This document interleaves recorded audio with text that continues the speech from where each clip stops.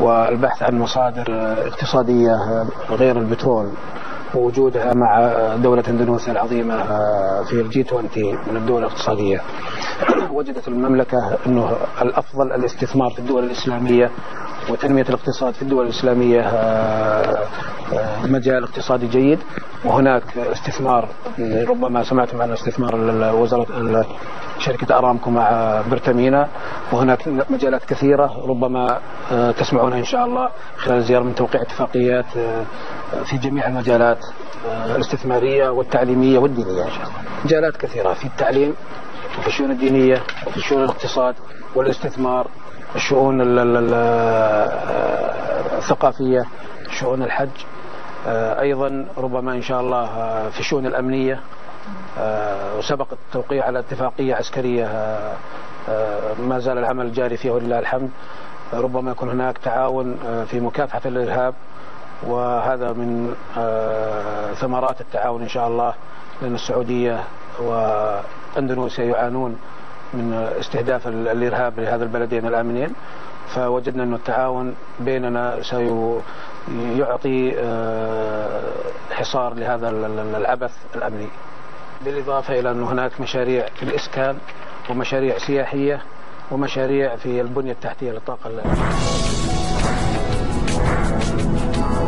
Kedatangan Raja Arab Saudi Salman bin Abdul Aziz Al Saud menarik perhatian karena banyaknya rombongan dan sejumlah persiapan lawatan yang berbeda dari kedatangan pimpinan negara-negara lain pada umumnya. Dengan jumlah rombongan mencapai 1.500 orang, barang bawaan Raja Salman dan rombongan bahkan mencapai 20 pesawat atau 20 penerbangan, termasuk mobil Mercy khusus untuk membawa Raja Saudi tersebut.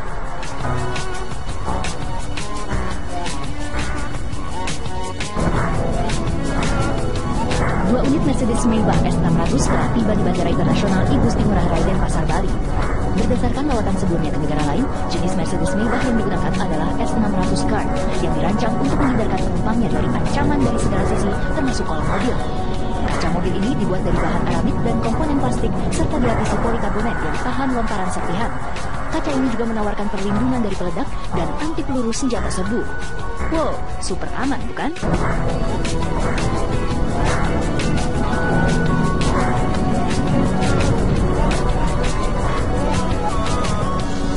Jangankan fasilitas kendaraan, tangga pesawat pun khusus didatangkan dari Arab Saudi. Tangga tersebut berwarna putih dan berhiaskan kaligrafi emas di bagian atasnya.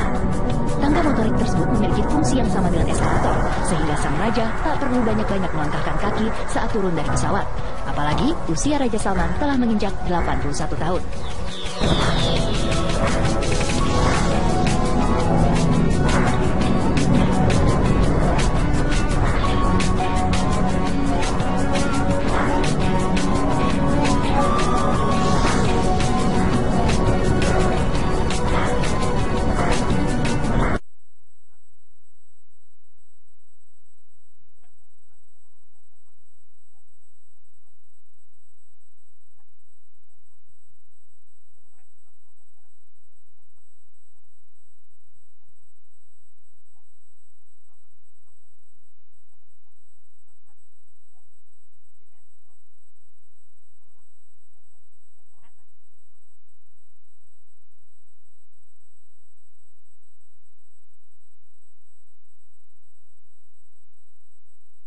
Ketika seorang raja di Arab Saudi melakukan kunjungan dengan bobot bawaan yang begitu banyak, seperti itu?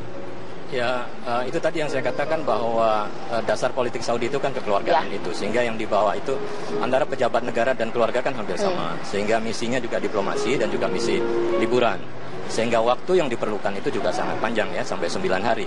Tapi sebenarnya itu kalau saya boleh mengatakan, rakyat Indonesia kalau berkunjung ke Saudi itu rata-rata juga 9 hari, bahkan bisa lebih ya.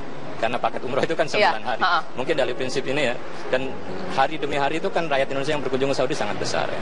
Nah, saya kira wajar kemudian Raja membawa untuk menunjukkan bahwa ini keluarga Raja juga ya. Masyarakat rakyat Saudi juga banyak begitu ya. Untuk mengimbangi kunjungan rakyat Indonesia yang setiap saat ya. Dengan batas waktu yang 9 hari itu. Nah, ini kan juga saya kira menarik untuk dilihat ya dari sisi budaya ya, kedua yang berusaha untuk mencari kesamaan-kesamaan yang ada. Oke, selain memang kemudian bawaannya banyak gitu ya, kita juga tahu juga dia menginginkan atau juga mempersiapkan bahwa ketika berada di sini juga dalam servis yang terbaik gitu ya. Hal yang lumrah nggak sih? Saya kira itu hal yang wajar kalau kita kemudian melihat apa yang biasa terjadi di Timur Tengah ya. Memang seperti itu. Jadi kemudian kita juga harus melihat bahwa persoalan diplomasi ini jangan hanya dilihat yang formal-formal saja ya. Pertemuan dengan presiden, wakil presiden, dengan DPR dan lain sebagainya. Sign kesepakatan dan lain sebagainya. Tetapi sebenarnya juga harus dilihat di balik itu. Bahkan kejadian itu bisa terjadi, keputusan itu bisa terjadi ketika di Bali begitu ya. Akan terjadi tambahan yang lebih positif boleh jadi ketika itu. Ini kan karena model politik yang bersifat kekeluargaan itu. Jadi tidak harus di depan meja kemudian terjadi kesepakatan ya. Boleh jadi di luar itu ketika berlibur tiba-tiba kemudian ada kesepakatan lintasan yang disampaikan oleh raja atau keluarga, pangeran dan sebagainya untuk menambah nilai investasi dan lain sebagainya. Itu juga saya kira sangat-sangat informal. Oke, meskipun memang kunjungan ini kan simbolis, pastinya kan nanti kan ada runtutan hal yang dilakukan jika kemudian melakukan kerjasama ya antara Indonesia dan juga Arab Saudi. Tapi agar kunjungan ini juga bisa kita hadapi dengan maksimal mungkin, apa yang harus dilakukan oleh eksekutif kita dan juga legislatif kita ya? Ya, saya kira selama 9 hari itu akan selalu menjadi pembicaraan ya baik di Indonesia maupun di Saudi sendiri ya terhadap katakanlah pelayanan, sambutan dan lain sebagainya. Artinya walaupun kunjungan kenegaraannya formalnya 3 hari, tetapi itu artinya juga sampai kepada hari terakhir ya, sampai kemudian beliau maintain hubungan, kemudian say goodbye, selamat sampai di sana. Setelah itu akan dikembangkan kerjasama berikutnya. Nah sekarang ini kan seperti test case saja untuk melihat sejauh mana keseriusan katakanlah ya Indonesia ya untuk kemudian menjalin hubungan yang lebih mesra dengan Arab Saudi. Nazarudin melihatnya seperti ini, langsung dari Makassar. Selamat malam, Pak. Selamat malam, Assalamualaikum warahmatullahi wabarakatuh. Ya, saya senang sekali ya berkesempatan pada malam ini. Kebetulan saya ada acara di Makassar dan begini, Mbak, saya baru juga kembali dari Riyadh ya kan. Sempat ngomong-ngomong dengan beberapa kawan-kawan di kalangan akademisi dan pengusaha di Saudi Arabia ya. Saya juga bertanya kira-kira apa yang menjadi motif kunjungan raja sedemikian lama dan sedemikian jumlah besar yang akan berkunjung. Kalau informasi terakhir itu bisa lebih dari 1.000 orang ya, bisa sampai 1.500 dengan kekuatan pesawat besar, lebar dan menengah itu sekitar lebih 10 pesawat ya kan.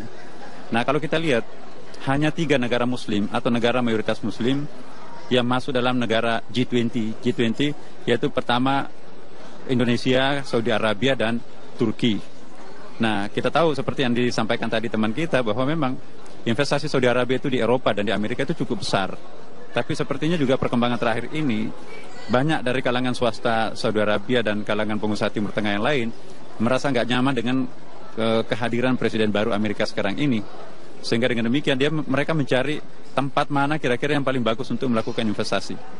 Nah, kalau kita hitung negara-negara muslim yang paling aman di seluruh dunia sekarang ini, ya, kawan-kawan saya di Amerika itu ada beberapa Saudi Arabia di Riyadh itu kami ada seminar baru-baru ini.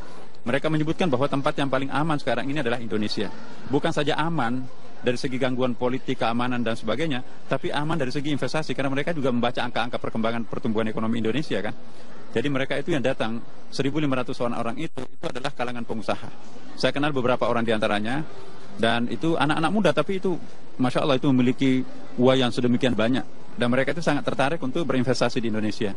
Nah, jadi kunjungan Raja Saudi nanti besok ini, itu ada beberapa kesempatan yang betul-betul perlu kita manfaatkan, terutama dari para pengusaha. Pertama, karena kita tahu bahwa Raja Salman ini adalah hemat saya pribadi ya.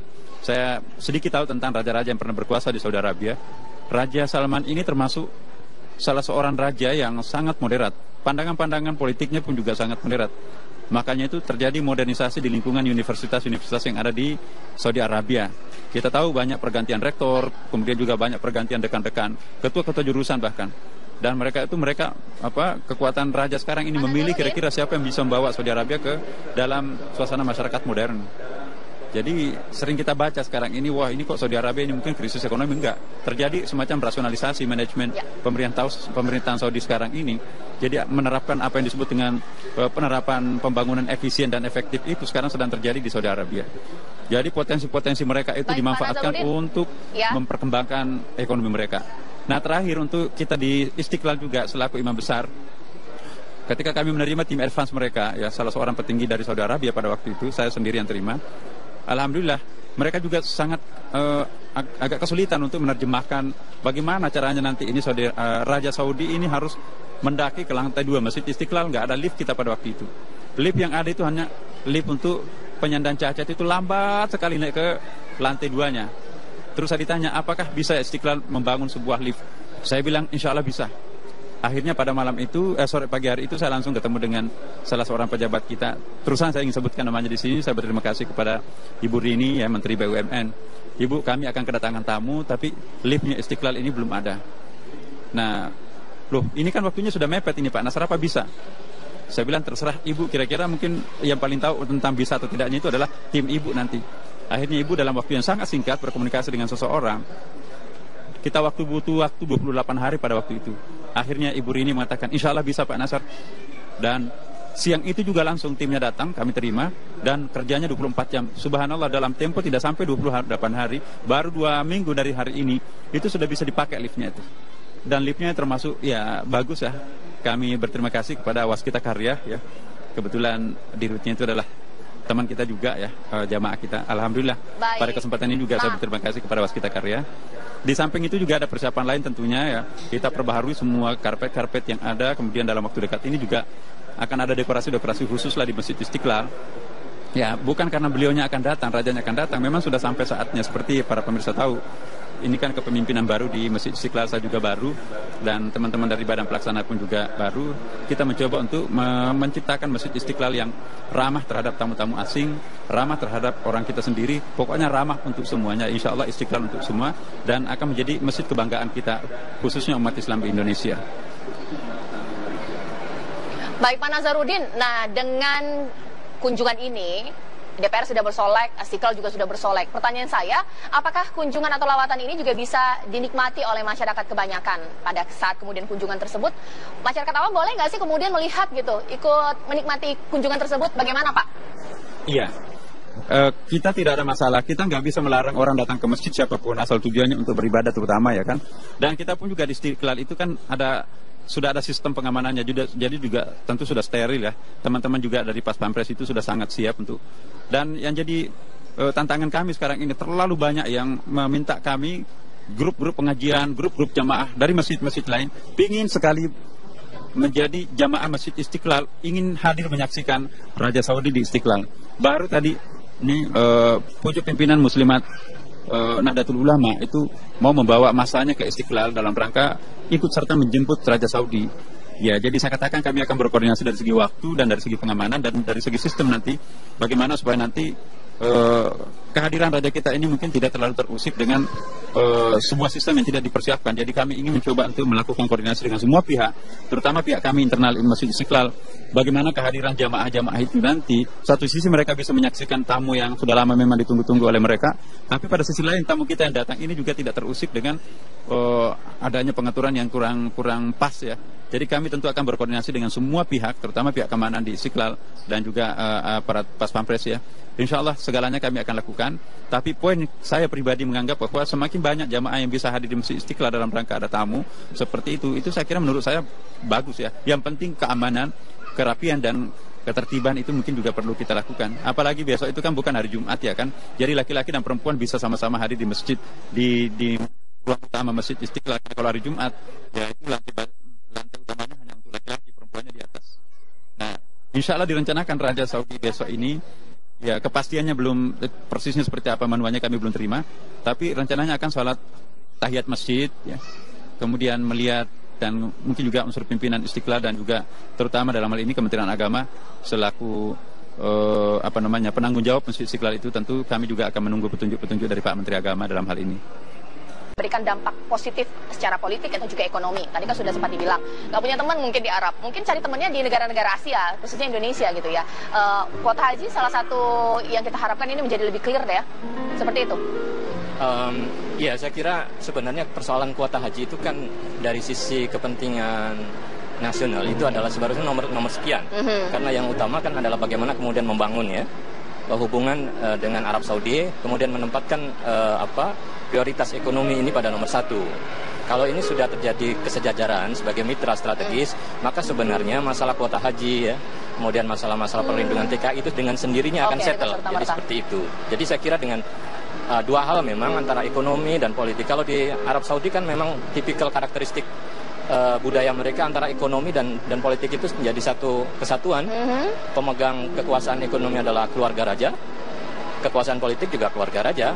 Artinya bahwa mereka yang datang ini mengemban dua misi, ekonomi dan juga politik, karena mereka kan satu kesatuan dalam keluarga. Indonesia kan sepakat untuk mengambil gerakan non-blok, tidak memihak blok-blok manapun. Kita tapi tahu cukup dekat dengan Iran.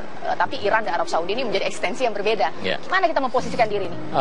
Jadi kita kemudian, tadi kita bicara masalah ekonomi ya. Kemudian sekarang kita bicara tentang bagaimana kondisi politik regional ya. Kalau kita ketahui kondisi terakhir memang Iran sedang ekspansif ya. Kekuatannya cukup kuat. Kemudian dibantu oleh Rusia ya, yang sedang bangkit ya, masuk ke wilayah-wilayah di Timur Tengah. Sementara Saudi yang memiliki teman setia Amerika, sebenarnya kan Amerika pada pemerintahan Trump ini mulai menarik diri. Sehingga sebenarnya Saudi dalam kondisi sendiri ya, mencari teman. Ini kalau dari sisi politik. Oleh karena itu, teman yang memiliki hubungan yang kuat ya, dari sisi ideologi politiknya ya, Sunni, maka sebenarnya adalah Indonesia. Hingga Indonesia kemudian menjadi alternatif ya di balik kunjungan untuk mencari teman, karena juga pendekatan Iran terhadap pemerintah Indonesia juga sangat intensif ya. Ini juga saya kira juga dibaca oleh Arab Saudi, bahwa Arab Saudi tentu tidak mau ketinggalan ya dengan terobosan yang dilakukan Iran misalnya. Maka kemudian sekarang kita lihat ya betapa kemudian Arab Saudi ini all out ya, raja dengan 1.500 delegasi ya, ada 10 menteri dan 25 pangeran. Ini kan suatu jumlah yang sangat besar yang jarang dilakukan oleh negara manapun kecuali Saudi ini. Oke, kalau misalnya kita melihat ya, sudah cukup tepatkah kita kemudian dalam menyambut kunjungan kenegaraan, atau mungkin karena ini raja dan kita juga muslim mayoritas banyak di Indonesia gitu ya, terasa porsinya sedikit berbeda atau mungkin sedikit luar biasa, bagaimana melihat? Saya kira begini ya, kita melihat Saudi dalam hal budaya politiknya itu ada dua hal ya, bahwa politik Saudi itu bersifat kekeluargaan dan kepercayaan. Oleh karena itu ya, persoalan bagaimana kemudian menyambut Arab Saudi memang juga harus disesuaikan dengan prinsip mereka yang bersifat kekeluargaan dan membangun kepercayaan. Oleh karena itu, kalau kemudian prinsip-prinsip kekeluargaan ini bisa dijalankan dan ada kepercayaan di dua belah pihak, maka ke depan saya kira lebih prospektif. Tapi tetap saja bahwa posisi Indonesia ya adalah sebagai negara yang bagian dari non-blok yang punya politik bebas aktif gitu ya, sehingga tidak mendukung secara penuh pada kubu tertentu, tetapi pada posisi yang bebas aktif itu. Nah, posisi ini saya kira kemudian menjadi penting. Oke, kalau misalnya kita melihat ya dengan konteks permasalahan Indonesia yang saat ini terjadi nih Mas ya, sekiranya kunjungan ini bisa memberikan angin segar nggak untuk Indonesia? Ya, tadi dari sisi investasi akan memberikan nilai yang sangat positif ya, karena kita juga tidak bisa menduga secara pasti bahwa berapa nilai yang akan diinvestasikan, tapi dengan bahwa nilainya sangat besar, itu pun juga akan bisa saja tiba-tiba kemudian berubah menjadi meningkat ya, tergantung apa yang terjadi pada saat kunjungan, atau sebaliknya dalam posisi yang stagnan. Nah ini saya kira harus dikelola dengan baik. Sebenarnya Indonesia mau bagaimana dia mampu untuk mengambil posisi pendekatan ekonomi ya. Kalau dulu kan pendekatan kita dengan Saudi kan lebih banyak pada pendekatan keamanan. Nah ini yang kemudian menghambat komunikasi ya, yang selama bertahun-tahun itu, dan baru